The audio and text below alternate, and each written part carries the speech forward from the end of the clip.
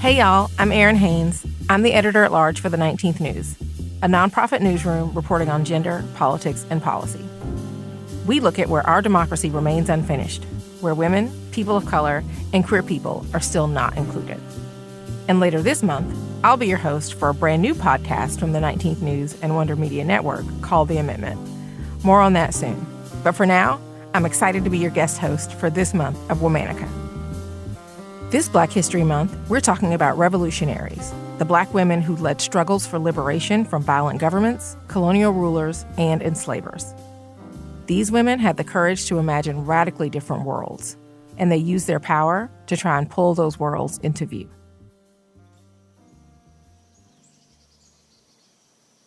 On some nights, in the humid air of 1840s Cuba, there was a sound, drifting on the wind. To the untrained ear, it sounded like music, the beating of a West African talking drum. But a trained ear could hear the sound for what it truly was. Those drum beats were a hidden code. Their rhythms were a way of speaking information about an incoming slave revolution. And the hands tapping out those rhythms belonged to a woman named Carlota Lucumí. Carlota Lucumí was most likely born somewhere in Yorubaland, a region in West Africa that was home to the Yoruba ethnic group. She spent her early childhood there, growing up amidst Yoruba culture and tradition. When Carlota was about 10 years old, slave traders kidnapped her, forced her onto a ship, and took her to Cuba. There, Carlota was forced to work on the Triunvirato sugar plantation in the Matanzas province in Cuba. Around the time Carlota was enslaved in Cuba, in the early to mid-19th century, the country was one of the biggest sugar producers in the world and one of the wealthiest colonies in the Caribbean. Britain had already outlawed the transatlantic slave trade and abolished slavery in all its territories. But Spain, the country that colonized Cuba, was still in the slave trading business. In fact, between 1801 and 1850, more than 500,000 people were brought to Cuba and enslaved. In rural Matanzas, where Carlota was enslaved, Black people made up a majority of the plantation workers. Plantations like the one Carlota worked on were known for their enormous sugar harvests and their violent treatment of enslaved people. People like Carlota were expected to work long hours on almost no food, sometimes with shackles on their hands, feet, and neck. In 1843, Carlota began to organize a rebellion. She worked with other enslaved people, including another woman named Fermina. All across Cuba, enslaved people were finding ways to meet and speak in secret. They were building a resistance movement that was entirely underground, invisible to the Spanish colonizers. They were plotting their rebellion. At one point, Fermina's plans were discovered by a plantation owner. He had her beaten and sent to prison. But Carlota continued plotting.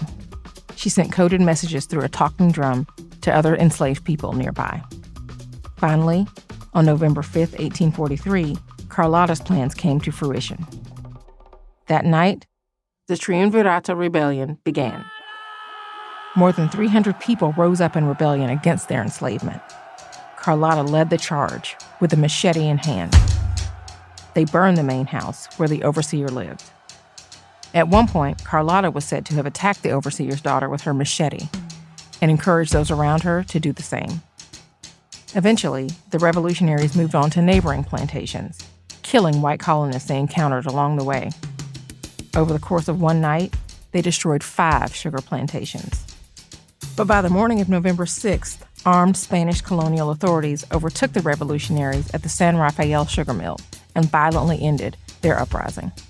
Carlota was killed in the struggle. 1844, the year following Carlota's uprising, was called the Year of the Lash. The Cuban colonial government became even more brutal in their treatment of enslaved people in retaliation against slave revolts. The surviving participants of the Triunvirato Rebellion were imprisoned and eventually publicly executed. In Cuba, Carlota's revolutionary spirit lived on. Some academics see her actions as a precursor to Cuba's 1959 socialist revolution. In 1975, Cuba launched a military attack in support of Angolan liberation from colonial control. The operation was called Operation Carlota. Today, at the site of the former Triunvirato plantation, there's a statue of Carlota, standing tall and strong, wielding a machete.